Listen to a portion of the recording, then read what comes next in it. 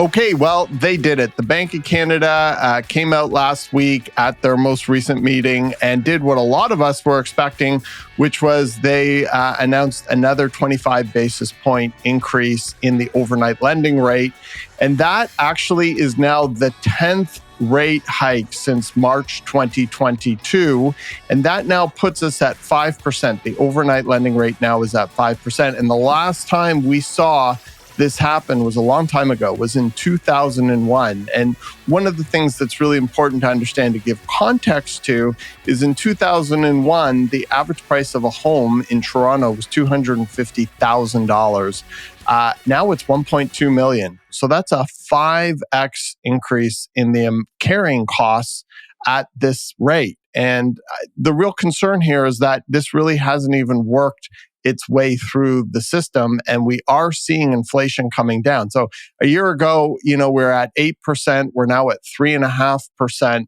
So that's a 4.7% drop in over a year. And it's still very, very early days in terms of working through the system with the amount of increases and the tightening of liquidity that we've had. To give further context to this, only 1/3 of households with mortgages have seen their payments go up since the Bank of Canada started hiking. So to give context here, and this is a really interesting stat, only 35% of Canadian homes even have a mortgage. So this means that less than 12% of Canadian homeowners have thus far been affected by this increase in rates.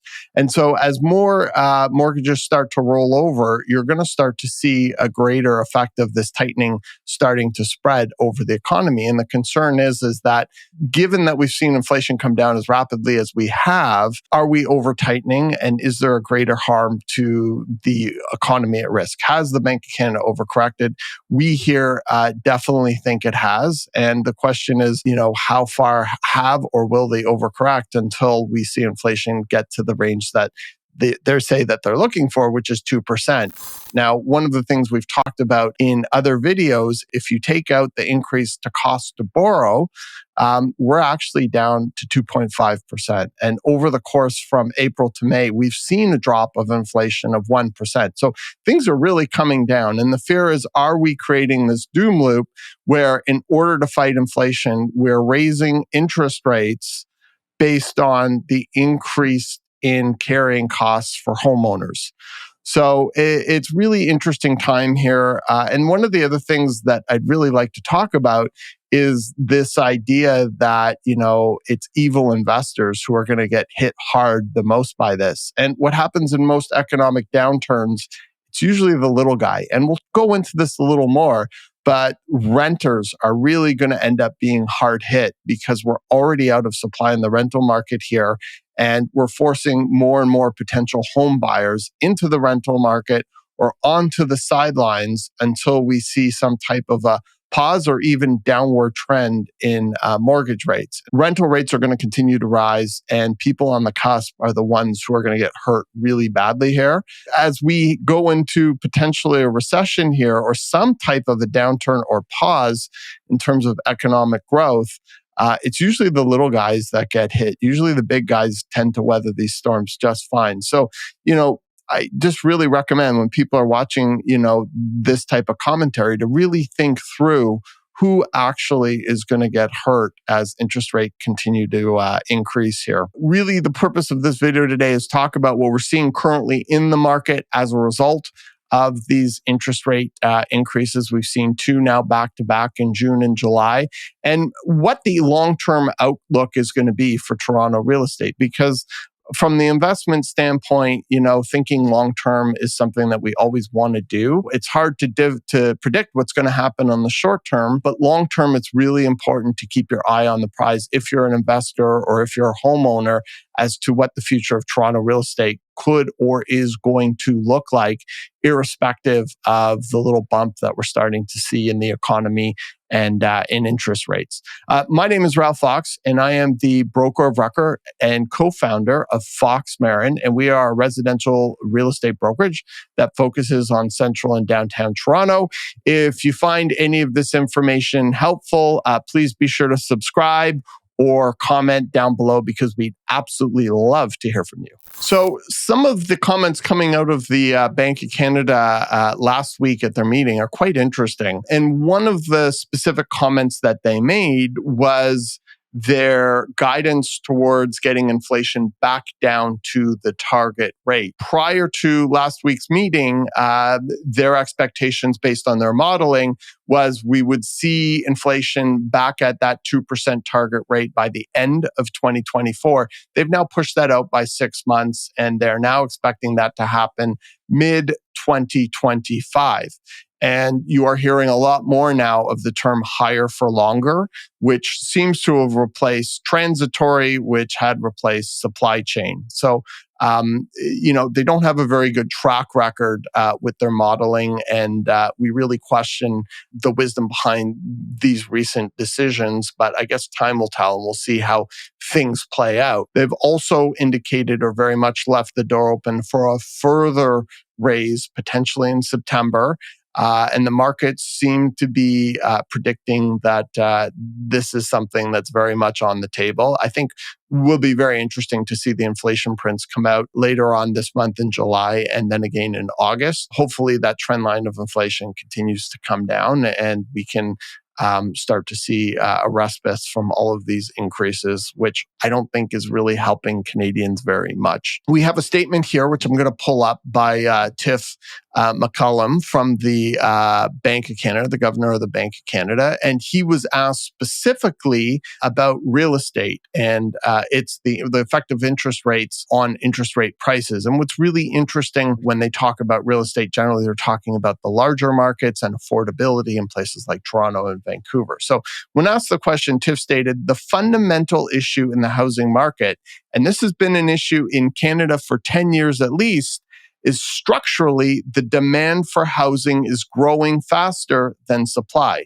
And yes, so interest rates go up, the housing market will slow, but it's only going to slow so much because there is a sort of structural shortage of supply relative to demand. And this is something that's really important to understand because this is what we have been saying of Fox Marin for over a decade, is that structurally in a market like Toronto, we are undersupplied. And that is why even in the face of 400 basis point increases in interest rates, plus in the span of a year, we're still seeing very strong market prices, almost at peak price relative to, all of the stress that's been put on pricing or affordability as a result of interest rate increases. And that's because supply is so choked here in Toronto. And, in the face of immigration and strong demand, that is only going to exacerbate over time. And then let's look at the second part of the quote here where he says, I think what you're seeing is that supply is growing less than demand.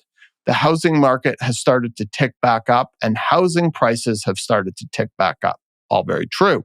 That's something we need to take into account in monetary policy, but we're not targeting the housing market. We have one target, which is CPI inflation.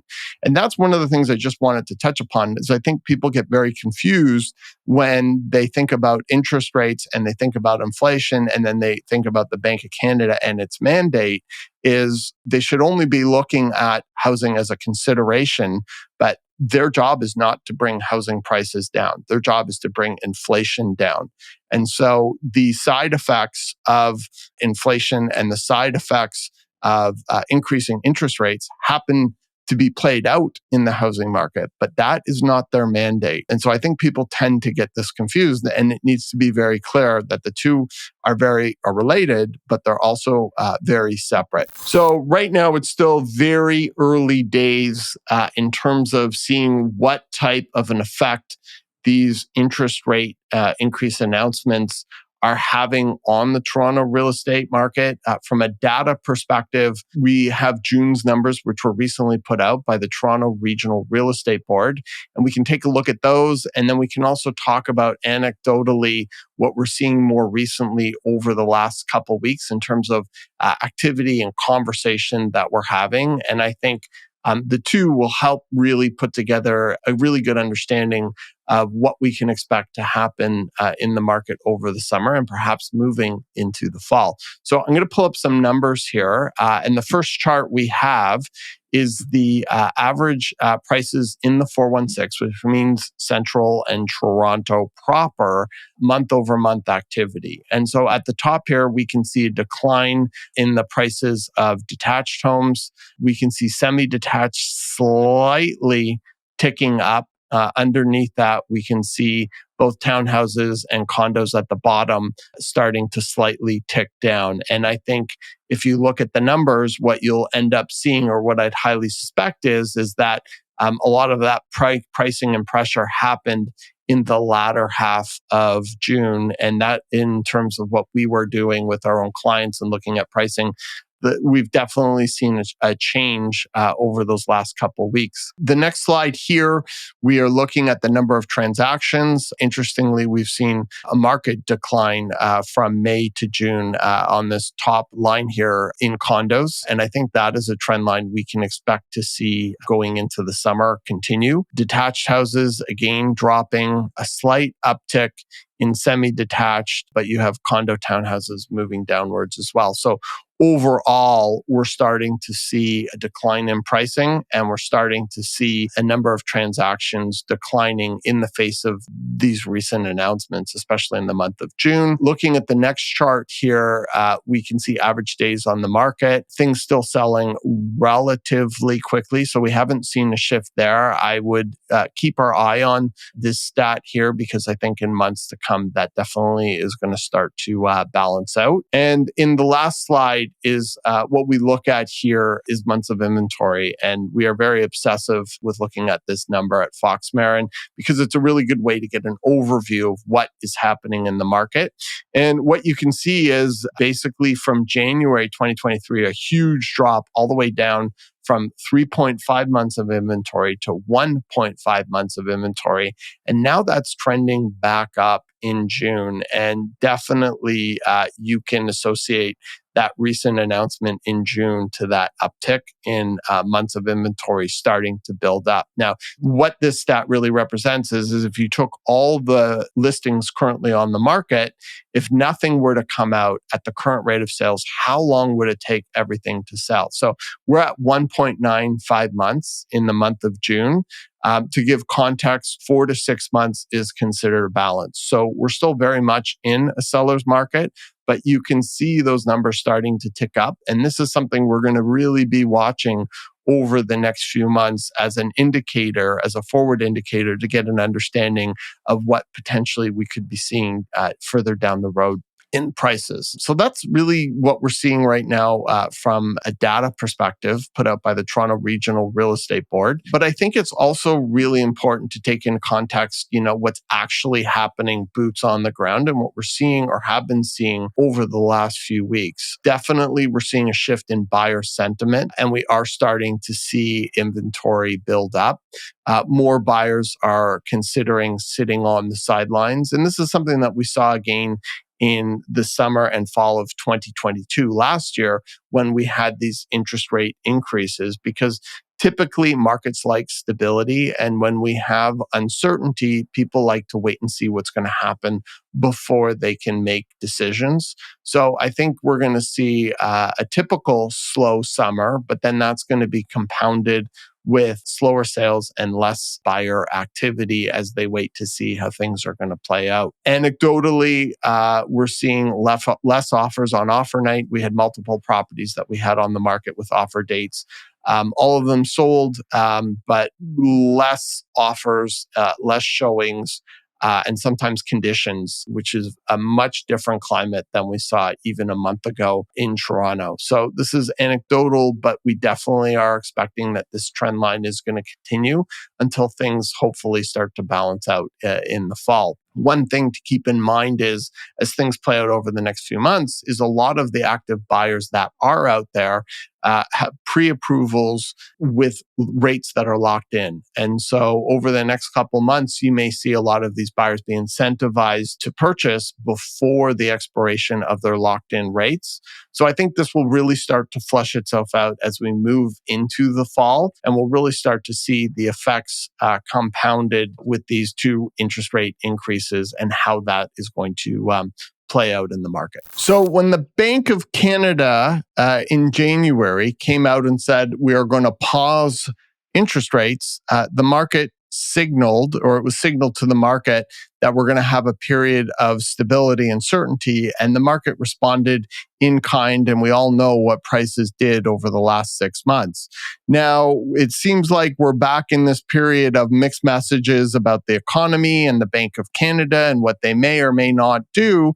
And so typically when we are in periods of uncertainty, a lot of concern and nerves start to get raised and people start to lose sight of the bigger picture of Toronto real estate. And as investors ourselves, and as we try to advise our investor clients and really help guide homeowners through the process of buying and selling and what to do with most often cases, the largest assets they own, it's really important to zoom out and think about the bigger picture and take that into context of what's actually happening today. So while people talk a lot about inflation and the cost of interest rates, what they don't necessarily think about is what that means from a builder or developer's lens. So we're going to take a little bit of a look at that. Now, the cost of construction since COVID has gone up by 50%, meaning that if you own a home or an investment property or you live in a condo, the cost to replace that, just the construction costs, are now up by 50%. Because the other thing that people don't think about necessarily is developers and builders, they also take out loans in order to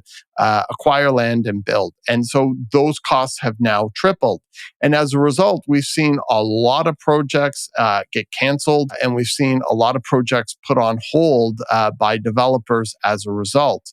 And all of this is happening in the face of massive pressures caused by immigration. And so we're really looking at a long-term fundamental problem that's only going to get worse as a result of, what we're seeing happening right now in the economy. So we're going to look at a couple slides here, which I think are really interesting. The first one is residential building permits 6-month trend. And this was put together by Ben Rabideau, and you can see a dramatic fall off from 2021, almost to 2011 numbers that we're starting to look at. And this trend line is going to continue. And so over the long term, in an already constrained supply market, this is only going to exacerbate things. Now, we're going to pull up these two charts here, which I find really, really interesting. So this was put together by Dr. Mike Moffat. And what this shows is population growth from Q3 2022 to Q2 2023. Ontario, just Ontario alone, grew by 500,000 plus people. And you can see how little or anemic our completions were in the face of this incredibly strong immigration. If we look at this next chart here, this was put together by Daniel Foch, and what it shows is if the average household is 2.6 people, we would require 192,000 new homes to have been completed last year just to keep up with that demand, when in fact we only completed 71,000. Now, that presumes that we now have a shortfall of somewhere in the neighborhood of 120,000 homes, and that's just in the last year alone. So you start to think about this and what this means for the long term in terms of prices. We are going to continue, if you understand the basic fundamentals of how supply and demand will affect any marketplace and how they have up to this date.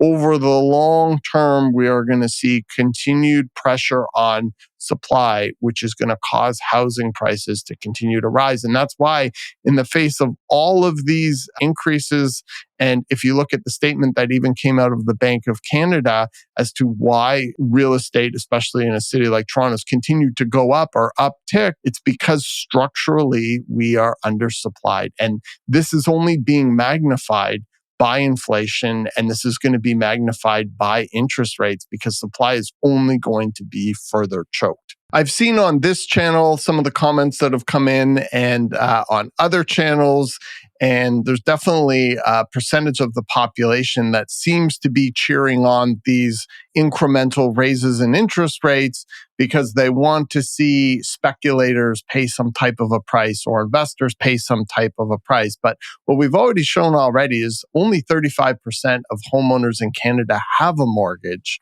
So the ultra wealthy, the ones who own their own homes, they're not going to be affected by any of this.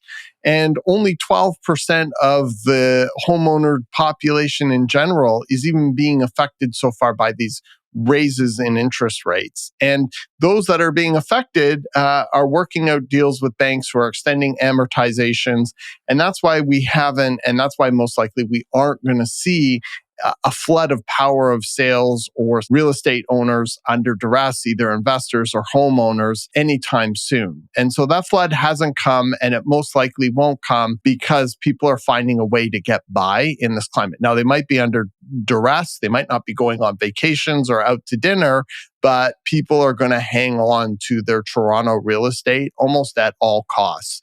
And that's why we've seen such a low transaction, low sales environment, because generally speaking, the people who are selling or transacting have something in their lives that is needing them to move on from their current situation to another situation. It's really important to understand who is really going to get affected right now. It's going to be renters, and it's happening. You know, if you look at the city of Toronto, you need $80,000 just to afford a one bedroom, which I think is just absolutely insane. And that pressure on people who are already so stretched and probably in debt from school and from, other aspects of their lives, which is why they can't buy, they're the ones who are going to feel the brunt of this. Now, there was a really interesting article that I recently came across, and Jennifer Keesmaat, who's the former chief planner for the city of Toronto, was saying that, basically we were at a point right now where we're seeing a lot of purpose-built rentals starting to come online, meaning buildings built solely by one landlord in order to have a rental building. And this is something we haven't seen in Toronto for a very long time. And because of the cost of borrowing and the cost to build, which we've talked about, they're all pulling back. And so we're seeing, almost what she calls a lost generation of rental buildings coming online due to this current environment and actions taken, unfortunately, by the Bank of Canada. And, one of the things that I think is really important to understand is in some of the comments that I've been seeing is it's like, well, hopefully, these landlords will become really distressed.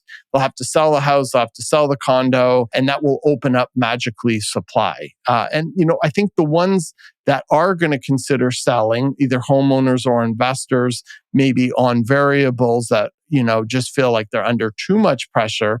The thing to understand is that those properties are not going to be bought by another investor, because if the numbers aren't working for them at current rates, they're certainly not going to work for another investor. So who's going to buy these properties? Even if they're at discounted prices, it's going to be other end users looking to move in and live in these properties. That might present an opportunity to them. You're going to have even less turnover of residential units and of places for rent as a result. And so I think we really have to think about the effects of the rental market as all of this pressure will continue to move downstream and inventory will continue to tighten. And I think it's going to be really tough for somebody just out of school. And I think it's going to be really tough for people with debt to find properties that they can live in at affordable prices. And this is going to be a trend line that's really, really, really going to continue as we look into the future. Over the course of the last year, we have seen a record growth of population, 1.2 million people over the course of the last year. That's 5%. 5% of our population is increased. And that is going to continue to put pressure on demand, on the rental market and on the resale market and on the pre-construction market as we continue to face challenges of supply. And I think the supply issue, as tight as it is today, 3, 4, 5 years down the road is going to become even more challenged than we already are seeing it in this high interest rate climate. And that is why we are advising all of our clients, if possible, to hang onto their real estate. We're in choppy waters for sure, and the cost to borrow has definitely increased. We have clients, we have investors, we have homeowners, all on variables, and we're telling them, hang on and stay the course. I haven't met anybody over the last 30 years that has sold Toronto real estate that hasn't regretted it.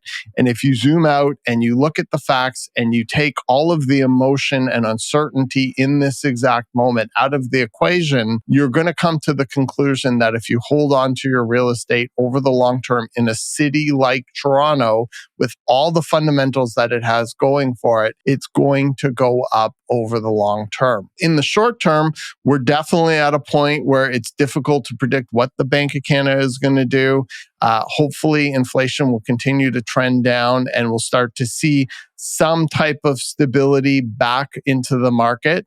When that is going to happen, it's really hard to say. I think over the next 6 months, we are going to start to see a bit of a repeat of what happened in 2022 when we had last summer and last fall rates going up at a very large amount and a very negative news cycle. And we actually saw the bottom of the market hit last December before the Bank of Canada paused and that certainty came back. And I think you're going to see opportunities as a buyer as we get more and more uncertainty going into the fall. And I think there could be some great opportunities as a buyer or investor in October or November. If you're a seller or for some reason considering selling, now is probably going to be a better time than in the fall. Lots of things to play out. Be really interesting to see on July 17th what the next inflation print is and how that could affect interest rates and what happens with the Bank of Canada in September. I really recommend to anybody thinking about buying or selling or making a move, or anybody who has a vested interest in Toronto real estate, to zoom out, look at the facts, take away all of the emotion, and to think big picture. I hope I've given some people some pause for thought here in terms of what's happening and what's going on in the market.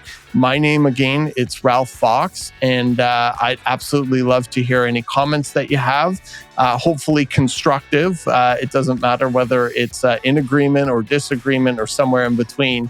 If we can just keep it constructive and civil, I'd absolutely love to hear from you. And if you find any of this content interesting, please be sure to smash that subscribe or like button down below. Thanks for watching.